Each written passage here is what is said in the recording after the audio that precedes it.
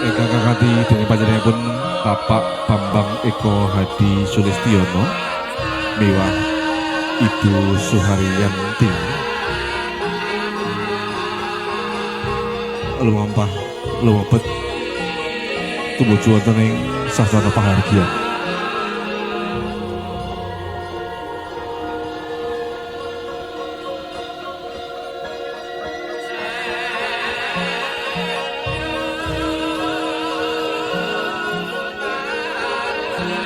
Binareng swaraning pradangga munya hangrangin nambabar ketawang puspawarna hangiring lampahing temanten putri ingkang sampun hangrasuk busana kanarendran sesambilan kembang melati rinonce Agak jodoh mentul cacai songo lumampah lononan lumebet wonten ing sasana pahargyan kanthi bungaing penggalih anyawang endah dipeni ning swasana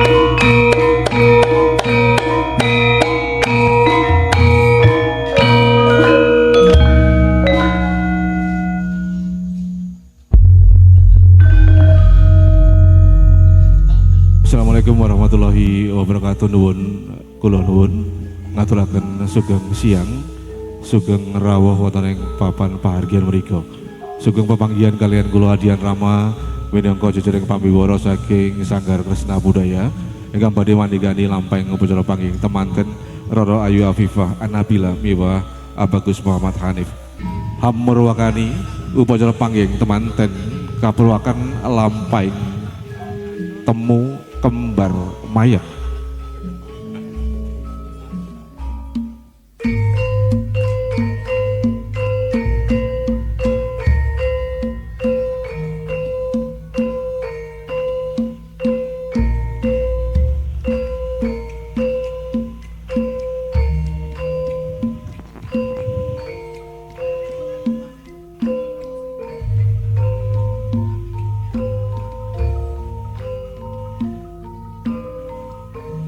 Hangiring lampahing temanten putri seserangan lumampahing kembar mayang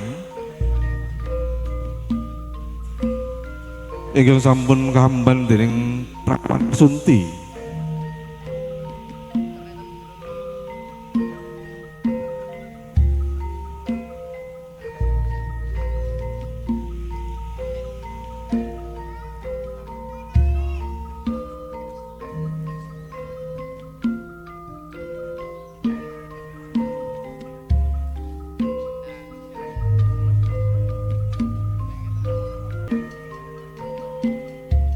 kembar mayang ingkang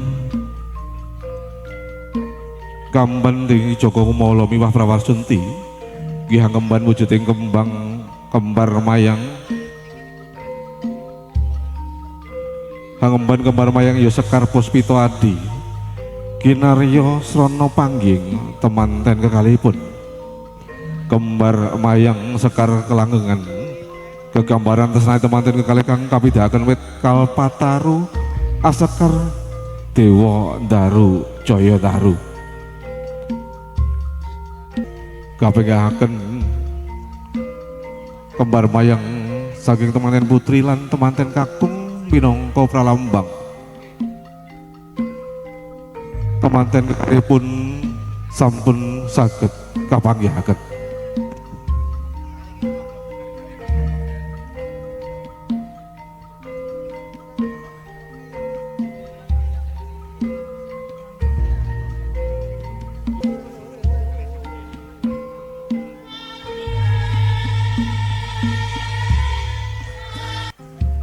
Lon-lon nang ngri lumampah tumbuh juwatan sasana panggih sampun dumugi temanten karone teman pas sami apa go tinggal tembuhing pandulu catur itu hamba bergeter-geter ing jroning nala sanalika kumlawe astane temanten karone sami hambalaken gantal.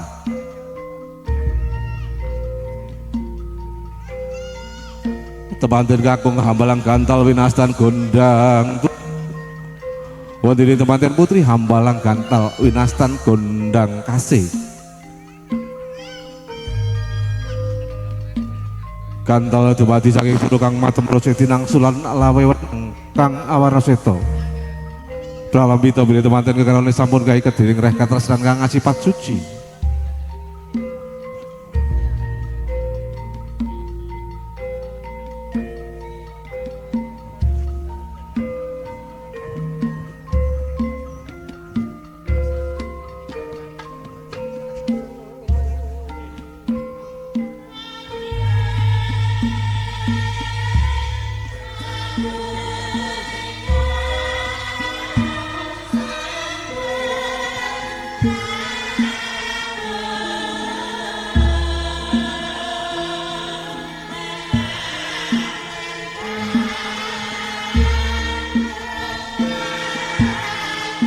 Purna Bocoro hambalaken gantal ya temanten putri timpo wonten ngacaranipun kegarwa kang nglampahi upacara wiji dadi jumanggah sugene temanten kakung wonten sanging inggih atiga kanthi wawasan bismillahirrahmanirrahim mantiga kapidak dening temanten kakung pecah saknalika.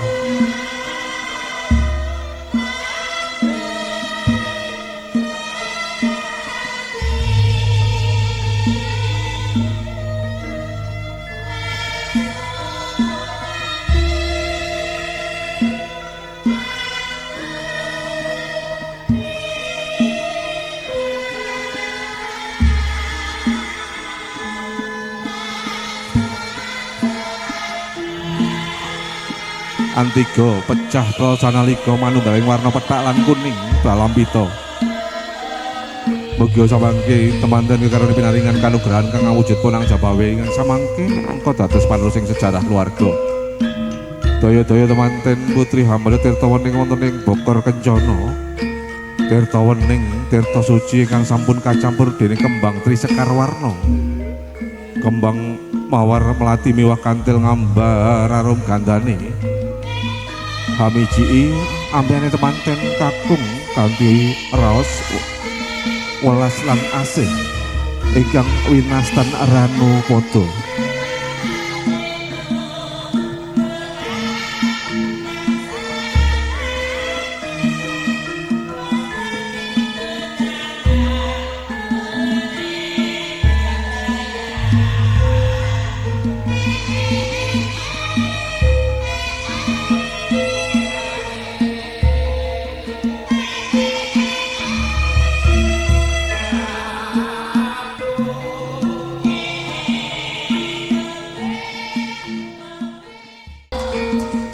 Purna upacara Ranu Pada kajunangaken temanten putri kang nglampahi upacara pradaksina ingkang samangke badhepun papanaken wonten sisih kiringipun temanten kakung.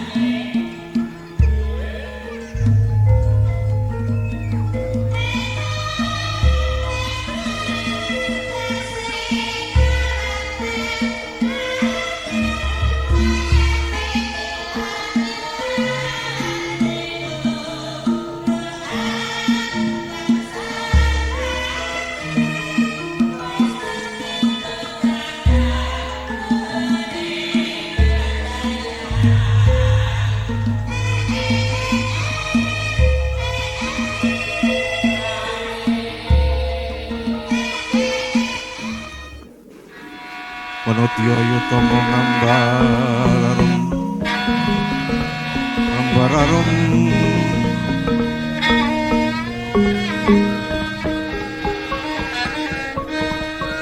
kanggo sumo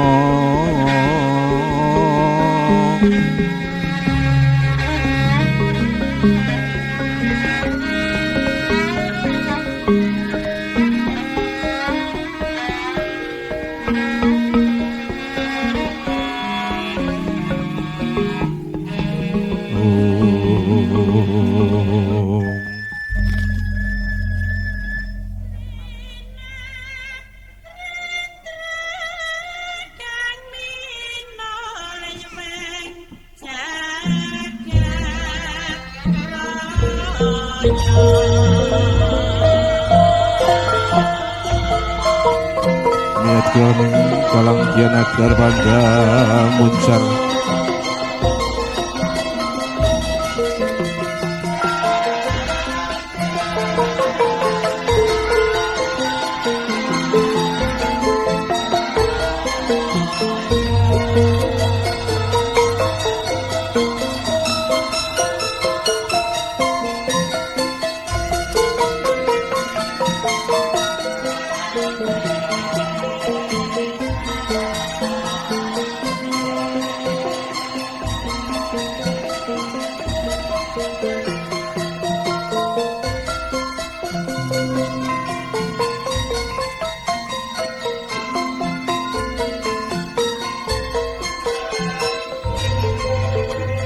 wis dinar buka wiwaraning sasana pahargyan Kemenyar Sang Prabawa kentar-kentar ngambar arum gandane Rana datan obah samirana datan lumampah Kang kabiyarsa muhung lamat-lamat semantaning pradangga amba bar ketawang elangan kita Sri Narendra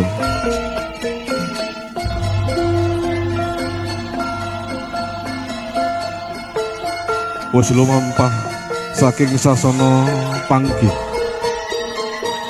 Sri Temanten Sarimbit Prasasat Narendra Tama tumuju wonten ing sasana pinajang prantap anggene lumaksana hange kapada Sinten ingkang lumaksana repepe handadap hange kapada lumaksarane inggih menika ingkang winastan Ki Suba Manggala Suba diri panjenenganipun Kang Mas Joko Asmara ingkang minangka dados cucu ing lampah wonten ing siang menika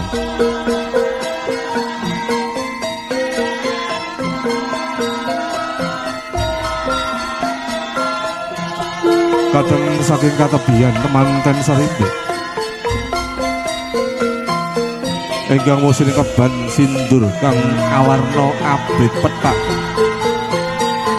awarna abang putih awarna gula klapa ya warnane nuswantara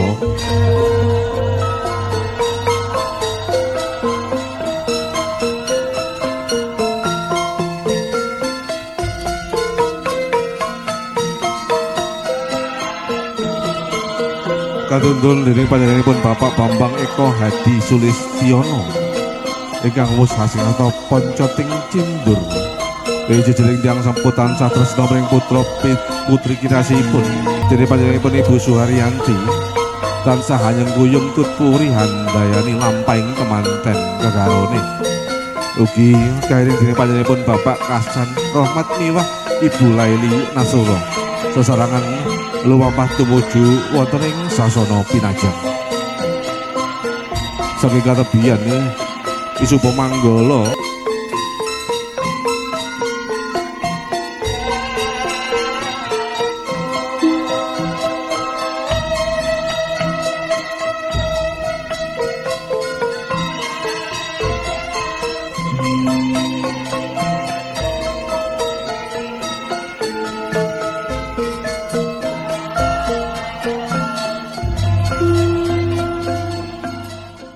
purna upacara kirap lan sindiran kalajengaken upacara pangkon timbang bobot timbang panjenenganipun Bapak Bambang sampun lenggah wonten dampar wisuda sampun hamratapi amangku temanten kekalih wonten kanalan kiringipun ana dibobot bibit lan bebelipun temanten kekalih.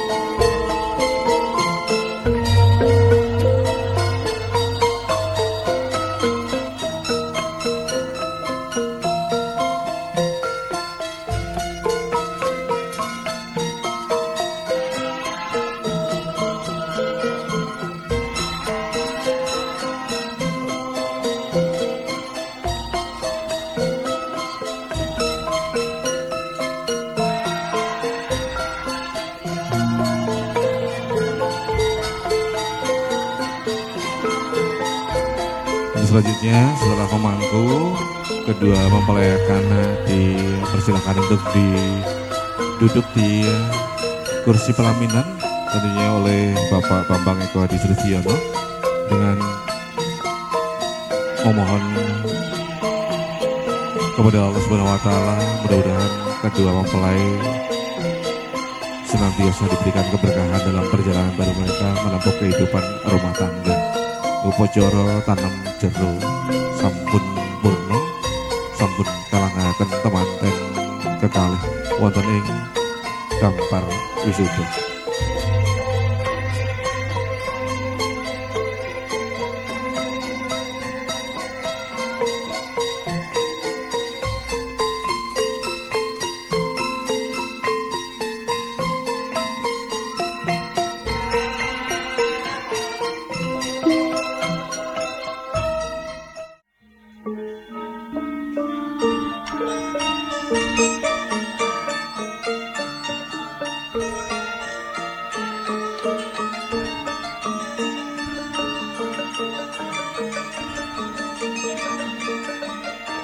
Upacara kacar kucur dana kaya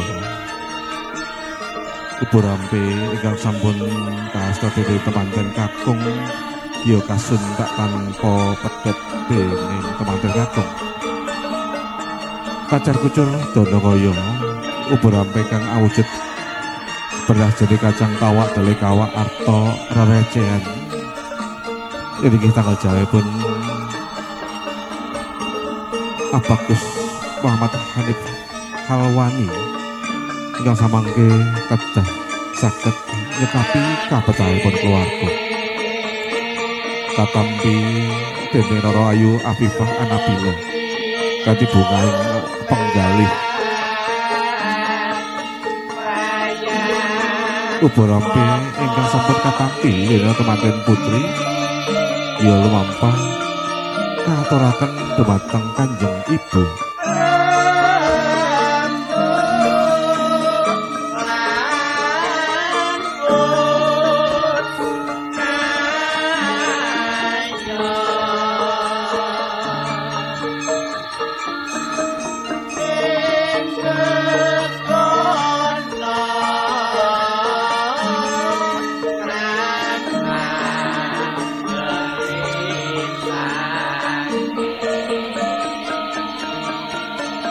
Ubo rampe kacar kucur katuraken dhumateng Kanjeng Ibu.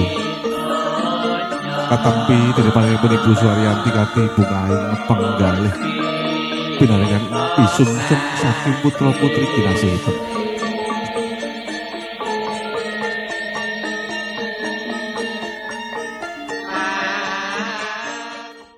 Kalajengan upacara dahar kelima utawi kembul bujana.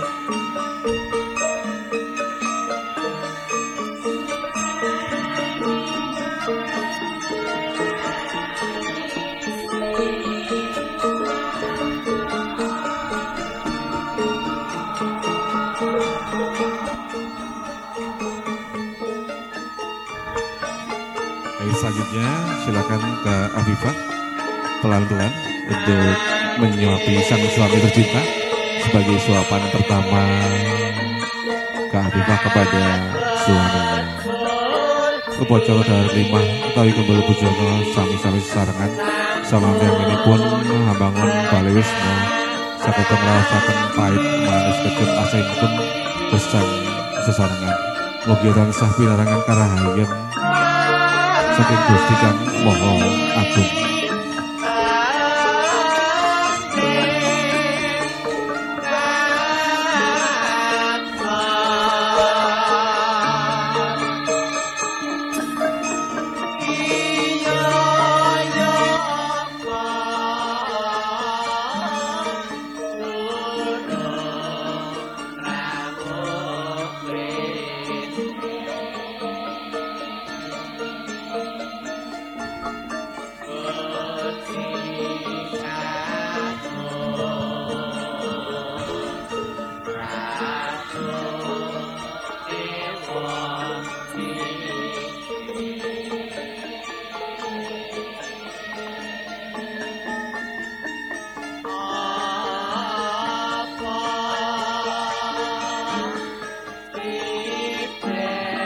Baik, sudah untuk prosesi makan bersama dilanjutkan ditutup dengan meminum air putih.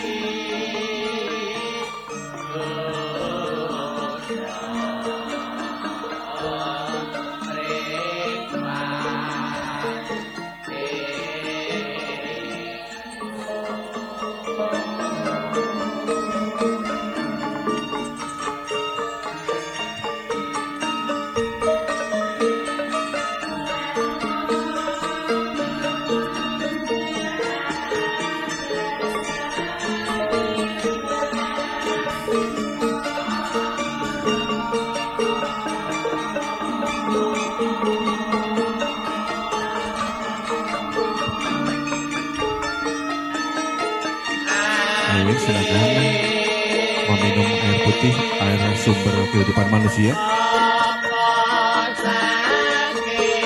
Mudah-mudahan dalam perjalanan baru mereka menempuh kehidupan rumah tangga selalu bisa ditenangkan hatinya, dicernihkan pikirannya dalam setiap menghadapi masalah kehidupan keluarga yang tentunya akan mereka temui nantinya.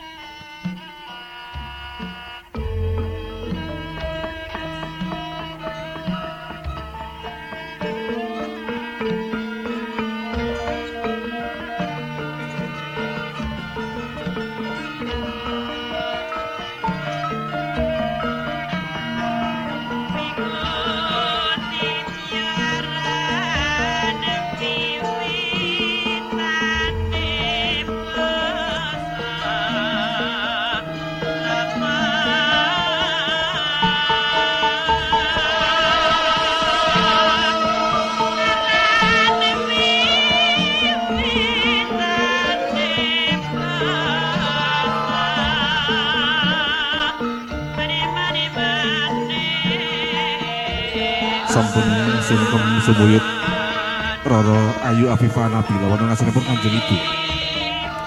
Ngaturaken sembah pangabdi konjuk dumateng Kanjeng Ibu nyuwun donga lan pangestunipun saking Kanjeng Ibu. Ing kawustuhan Kanjeng Ibu, nggih tiyang sepuh tansah tresna putri kinasihipun tansah hambiyantu. Panjenengan ming Gusti Kang Maha Nasa mugi putri kinasihipun dadi wanodya kang tansah sulistya.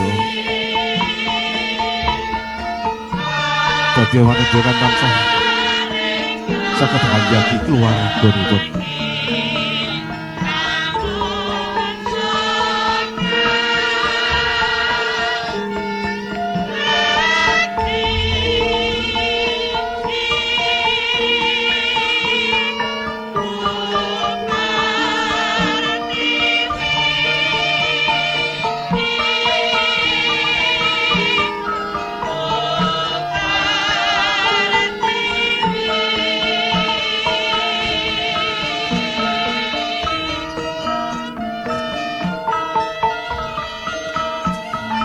Kalajengaken Kanjeng Putri sugeng suwil dengan Kanjeng Rama, kanjenipun Bapak Eko Hadi Sulistyo.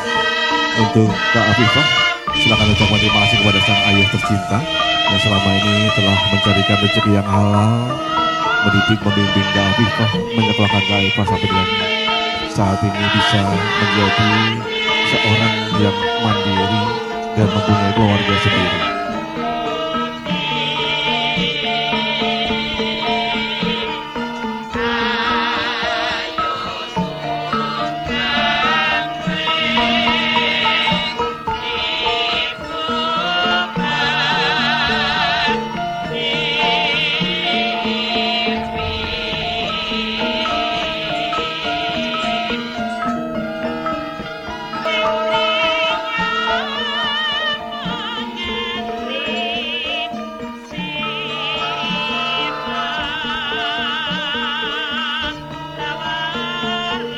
Untuk Mas Hanif, silakan ucapkan terima kasih kepada kakak tercinta yang telah mendampingi hari ini. Dan tentunya kita juga berdoa bersama, tentunya almarhumah Ibu Sunarti tentunya bahagia melihat anaknya tercinta sekarang sudah menikah, sudah membina rumah tangga sendiri. Kita doakan almarhum Ibu Sunarti diberikan tempat terbaik di sisinya.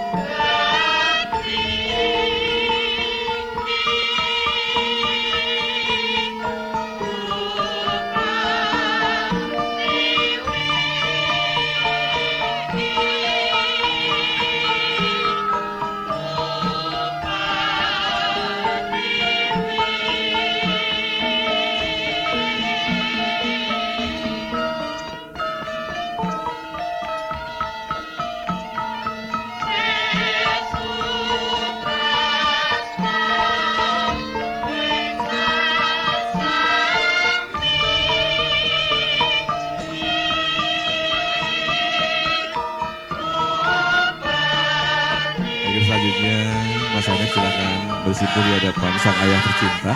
Minta restu terbaik dari sang ayah tercinta. Untuk sang ayah tentunya memberikan pesan-pesan terbaik kepada sang putra tercintanya untuk bisa menjadi sosok pemimpin keluarga yang senantiasa bisa mempertanggungjawabkan dan membawa keluarganya menjadi keluarga yang sakinah mawaddah dan warahmah. Amin.